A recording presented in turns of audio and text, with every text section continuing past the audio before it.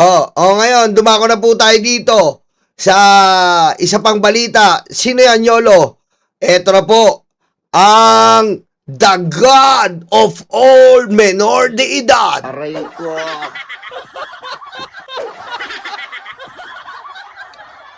Dito na po tayo sa ating balita.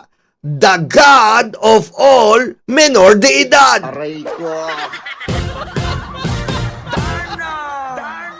Ito na po mga kababayan, mga karayuma. From the heaven. Ang may hawak ng vibrator. Brut, brut, brut, brut. Ang may hawak ng vibrator ng sanlibutan. Burat, burat, burat, burat. Aray ko. Pastor Kibuloy at ang may dornad na diamante at ang hindi dumaan kay Pastor Kibuloy, hindi akit sa langit. Pusang ina ka. Aray ko. Ang nag-iisang Diyos ng mga DDS. Ha? Yari na. Pag si Kibuloy napuntang USA, patay ang banatae. Aray ko. Oo. Patay ang banatae dito. Bakit ka mo? Pasahod yan eh, boy. Aray ko. Di ba?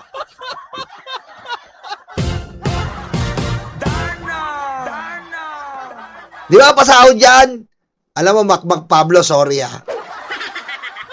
Makmak Pablo, sorry pare, pero gusto ko nang sabihin na Makmak Pablo na yung kinuwento mo sa amin. Niyayaya po kasi si Makmak Pablo. Nang tiga Mindanao si Makmak, aakyat siya sa Glory, ano yan? Glory Minor Mountain. Di ba? Kasabay niya nun, aakyat dapat siya. At babayaran sila ng tigi 100,000. Si Makmak Pablo po, matinong tao si Makmak. Matinong tao, hindi talaga mababayaran siya para dumila sa betlog ng Kibuloy. Ngayon ano po nangyari? Sino umaksep? Si BMR at si KPL. Di ba? Iyan tayo eh. Kaya banatae, wala kayong maipagmamalaki dito. Ha? Hoy, banatae, makinig kayo. Nilaglag kayo ni BMR at ni pambansang loyalista. Aray ko.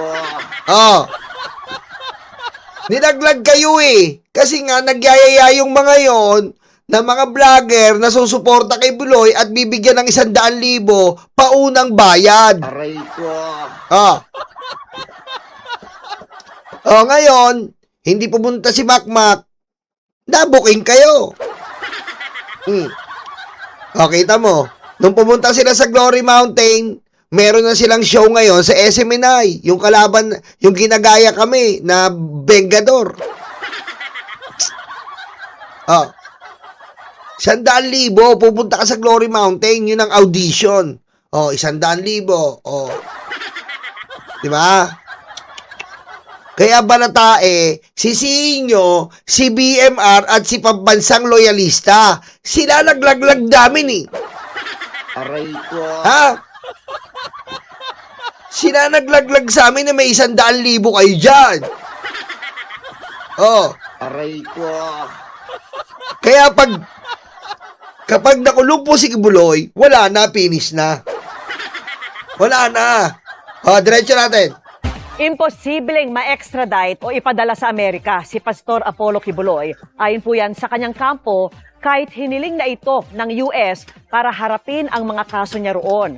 Ayon sa isang international expert, na kay Pangulong Bongbong Marcos ang huling desisyon para mangyari yan. Aray. At nakatutok si Jonathan Andan. Narinig niyo mga DDS? Na kay BBM ang uling desisyon kung mapeputan ba si Kibuloy sa Amerika. Aray ko. Ha? Aray ko.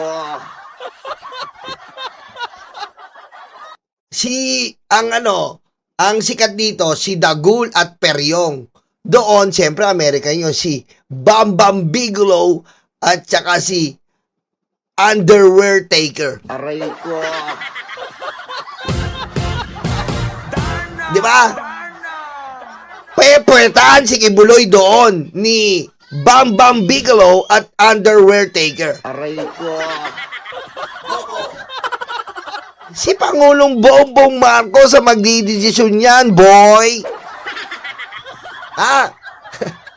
Si Pangulong Bongbong Marcos. Ano gagawin ni BBM? Siyempre, itatapon ni BBM yan. Molestyador!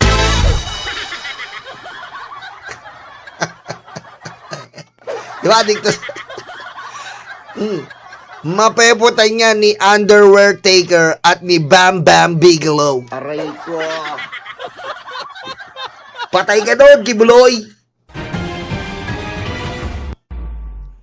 Sa Pasig City Jail ngayon nakakulong si Pastor Apollo Kibuloy. Pero kung pagbigyan ng Pilipinas ang hiling ng Amerika na extradition, posibleng sunduin mismo rito si Kibuloy Uy! ng mga US Marshal at ilipad papuntang Los Angeles, California. Ayon sa mga DDS, kailangan natin pakinggan si Donald Trump. Mga DDS, sandali lang mga DDS. I-apply ko lang pusang ina nyo yung sinabi nyo. Sabi nyo, pakinggan nyo si Donald Trump about sa ICC. Yari na ang ICC. Aray ko. Oh, paano yan ngayon? Oh, ha? Oh. Aray ko. Paano yung mga DDS? Sabi ni Roque, pakinggan nyo si Donald Trump. Ayaw na ng ICC. Oh, ha? Ha? Aray ko. Ngayon, sabi ni Donald Trump, Kibuloy, I'll invite you here. Oh, ano ngayon? Aray ko. Paano ngayon yan? Paano yan? Iniimbitahan na ng gobyerno ng Amerika si Kibuloy para i-death penalty. Aray ko. Oh. Death penalty to, Kibuloy. Paalam sa'yo. Death penalty to, Kibuloy. Wala ka na lusot dito. Para kasi Jay Guevara, child predator. Rawr. Aray ko. Ha? Death penalty yan, Kibs. Child predator yan eh. Rawr. Aray ko. Ha? Biro mo pa 15 years old, matanda na sa'yo. Lola na yan. Aray ko.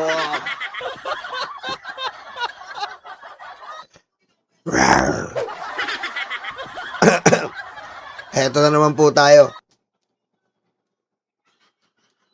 Hoy. Press 1. Kung tutuloy natin to. Hoy. Aray ko. Press 1.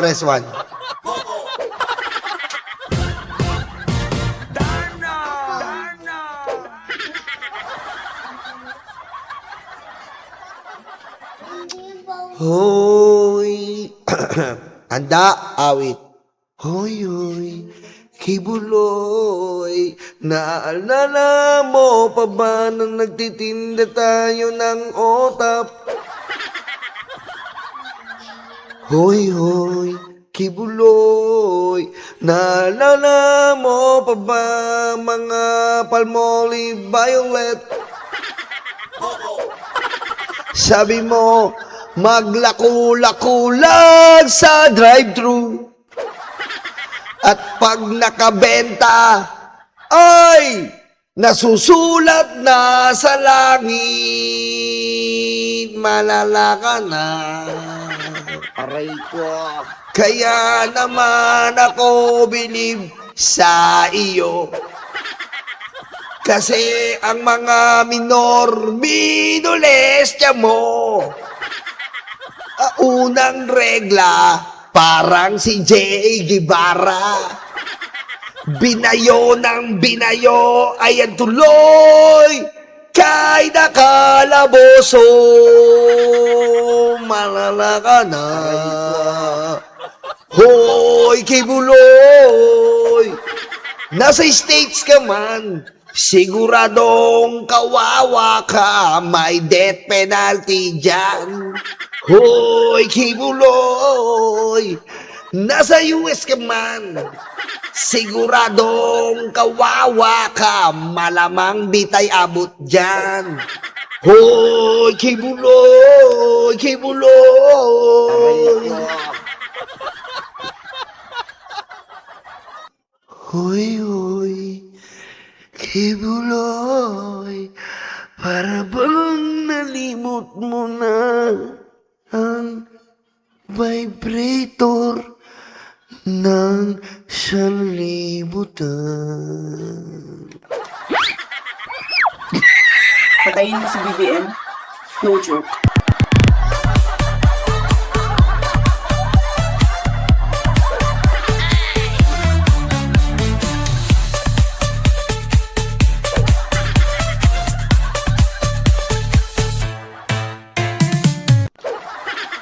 Ayon kay Philippine Ambassador to the United States, Jose Manuel Romualdez. Most likely US Marshals, meron silang dalang sariling eroplano Oy! at susunduin nila si Pastor Kibuloy. Napakalupit naman pala, Kibuloy! May sarili kang eroplano! May sariling jacket! Bigyan ng 10,000! Aray ko. Kibuloy, bago ka umalis, meron ka munang gustong sabihin? Ayan, yung camera, may sasabihin ka ba? May sasabihin ka ba?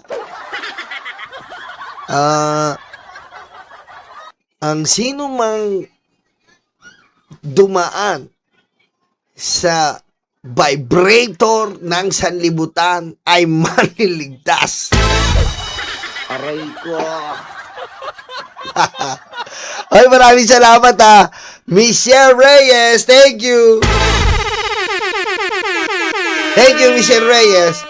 Di ba? May sariling eroplano, sosyal, men. Huwag na kayo mag-alala, mga DDS. Ang Diyos nyo na si Kibuloy ay magiging maayos. Aray ko. Ha? Ang Diyos nyo na si Kibuloy ay magiging maayos naman pala. Ha?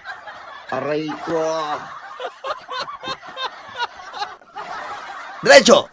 At dadalhin sa place where the crime supposedly was committed. In this case, baka sa Los Angeles. Uy, Tapos sosyal. ikukulong sa kulungan sa Los Angeles. Basically doon at saka doon magkakapanan yung kanyang kaso. Batay sa extradition Wow, Los Angeles, man. Sosyal. Sosyal, man. Los Angeles, man. Napakasosyal, Aray ko.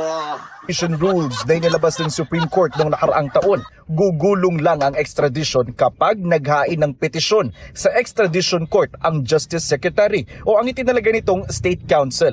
Sabi ng DFA o Department of Foreign Affairs, natanggap na nito ang extradition request ng Amerika para kay Kibuloy at ipinasa na nila sa DOJ o Department of Justice. Nako, napakabilis pa naman umaksyon ngayon ng DOJ. Patay ka na, Kibuloy. Linisin mo na yung puwet mo at huwag mong kalimutan ang petroleum jelly. Aray ko. Ha? Handaan mo. Ha? Iba ang mga kung sa Pilipino, Pure Foods hotdog. Ha? Pure Foods. Pure Foods sa Pilipino. Pagdating diyan, footlong. Ha? Aray ko. Pag ready ka dyan, boy. Kibuloy, kahit pa paano, Pilipino ka, binabalaan ka namin. Dito, Pure Foods. Pure Foods. Pagdating sa Amerika, ang mga kasama mo dyan, footlong. Aray ko.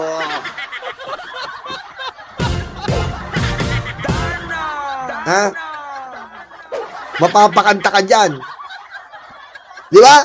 Mapapakanta ka ng dong diki tiki tiki tong tiki tiki tiki tong tiki tiki ting dong. Tong tiki tiki tiki tong tiki tiki tiki tong tiki tiki ting dong. Aray ko.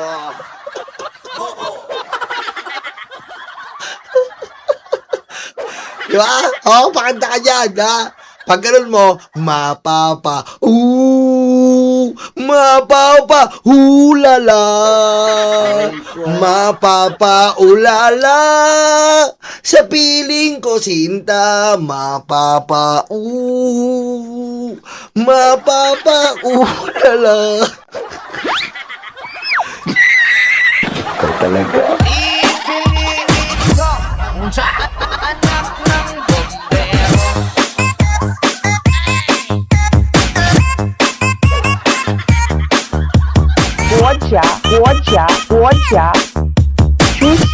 Xi Jinping.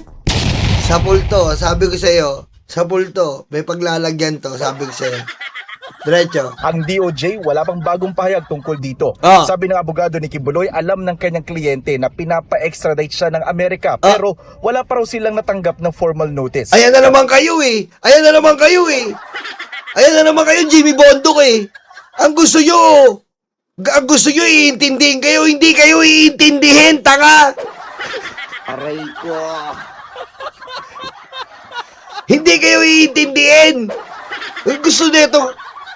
Gusto lagi iniintindi sila, wala silang pake sa inyo. Ha?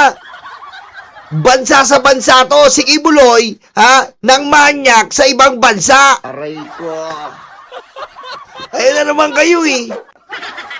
Parang kay Bato eh. Wala pa sa amin pinapadalang warrant of arrest. Dapat sa amin papadala yan eh. Pag may nagpetisyon sa korte na ipa-extradite si Kibuloy, sasagutin nila ito. Ihahayag po namin Uy! ang mga dahilan kung sa tingin namin ay hindi dapat i-grant o pagbigyan yung petisyon ng Estados Unidos. Sabi pa sa Wala kayong magagawa dyan, boy! Wala kayong magagawa dyan, sabi sa inyo. Ha? Hindi isasangkaran ni BBM ang relasyong US-Pilipinas para kay Kibuloy? What the? Aray ko. Ha? Nababaliw na ba kayo? Kung si Digong nga, tinapon, pinagulong-gulong sa dahig. Si Kibuloy pa? Ha? Si Digong tinadyakan sa daig, pagulong-gulong ang pusang inang namimingkir ng katulong. Oh. Si Kibuloy pa. Ha? Si Kibuloy pa nang momolesya ng 12, 13, 14. Aray ko. Oh. Natatandaan ko pa talagang sobrang galit ko po dito talaga Yung nahuli ni General Torre, yung kwarto niya nasa gitna. Tapos yung kwarto ng mga minor na edad nakapaligid sa kanya, bubuksan niya na yung pinto kung sinong gusto niyang makatabi. Ang tindi na ito Kaya nga po kahit anong offer sa amin, 500,000 with laptop. Tatanggapin mo yon nang mumulestya ng minor? Tapos makikita mo sa kanila, pinagtatanggol nila kung hindi yung pinakulong si Kibuloy, kung hindi yung pinakulong si Pastor Kibuloy, wala sarang bagyo. Putang inang... Aray ko. Di ba natatandaan nyo yung nahuli ni General Torre, nasa gitna ng kwarto niya. Tapos nakapaligid po sa kanya yung mga minor. Kung sino ang papasukin niya, parang nagda-drive-thru lang siya kung sino mumulestya niya at sasabunan ng Palmolive Violet. Di ba? Ang lupit Tapos ang sabi pa nung yung po kasi, kaya na po na-arrestuin to, bumaligtad na po. Tinuro na siya ng co-accused niya sa Amerika na totoo po ang ginagawa ni Kibuloy. Kaya yari siya ngayon. Hindi ka na pwedeng hindi pumunta ng Amerika ngayon, bumaligtad. Ha? Umamin na. Umamin po yung co-accused niya sa pool. extradition rules, ikukulong ang extraditee sa kulungan ng NBI o National Bureau of Investigation malapit sa extradition court.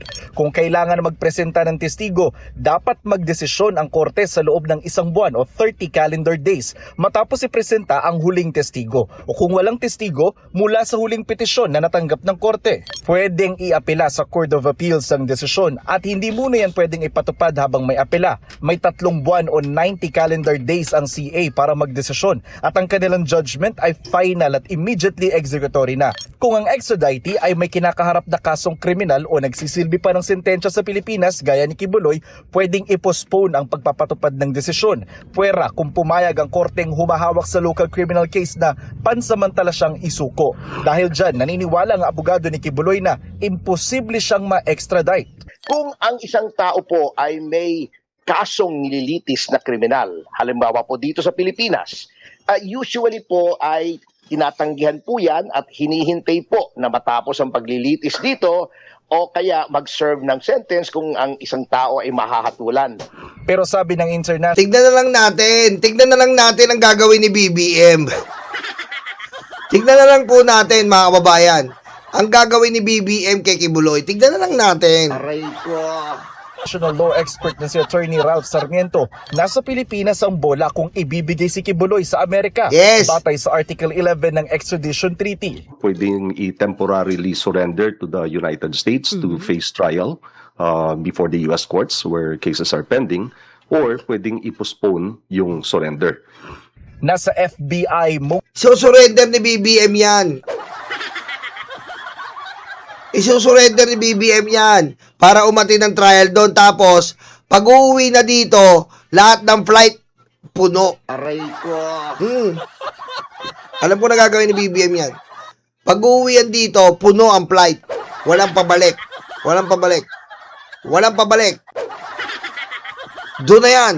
Hindi na pabalikin yan. Isusurrender ni BBM yan. Maniwala kayo. Aray ko. Ha? Kung si Duterte nga si Rodrigo finger licking good wala nang nagawa Ito pa? most wanted list si Kibuloy dahil sa mga kasong sex trafficking at racketeering. We have to cooperate in as much as we can dahil we want this type of crime to malakas ang siyempre ang international pressure. Sabi ni Attorney Sarmiento, anuman ang maging desisyon ng Korte ng Pilipinas, si Pangulong Bongbong Marcos pa rin ang may huling kumpas kung ipapadala si Kibuloy sa Amerika. Yung extradition po kasi, it is both a judicial and at the same time a diplomatic process. Patay ka na, kita mo? Sabi ko nga kanina isasanla ba ni BBM ang relasyong US, Pilipinas para sa isang rapist? Aray ko. Ha? Hindi isasanla ng Pilipinas yan. Hindi isasanla ni BBM. Ha? Agad-agad ipapatapon yan. Ha? Aray ko. Wala na yan. Di ba, sabi nyo, idol si Donald Trump? Sumunod kayo, mga DDS. Idol nyo si Donald Trump Ano sabi nyo? Si Donald Trump ayaw na ng ICC. Pakinggan nyo. O ngayon, sabi ni Donald Trump, puntayin nyo na dito si Kibuloy. O ano gagawin ng DDS? Oy, Donald Trump! Aray ko. Sarap mag-asar ng DDS ngayon. So yung No, Mami Chris Rose, no? Sarap mag-asar ng DDS ngayon. Nangingisay na Yung parte lang po ng korte natin is to determine whether or not extraditable siya. Yung implementation po nun, it will be subject to the President pursuant to his prerogatives in the conduct of foreign relations. Kasi titingnan niya yun, yung for example, yung mga considerations doon like yung relationship natin sa United States. Nako, sabay sa Kibuloy, alam nga namang hindi kayo solid ni isipin mo na lang sabi ng mga US, Mr. President, can I get Kibuloy? Sabi ni BBM, why? If you do not surrender Kibuloy in America, we will not pursue Pax Silica. Oh!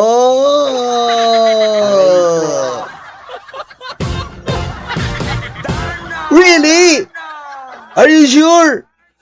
Donald? Yeah, I'm sure. If you do not surrender Manyakis Kibuloy, there's no Pax Silica. Aray ko. Okay. Tomorrow, Kibuloy will be on America. Na, Kibuloy. Bye-bye ka na, boy. Bye-bye, Kibuloy. Oh, Tapos ka ngayon.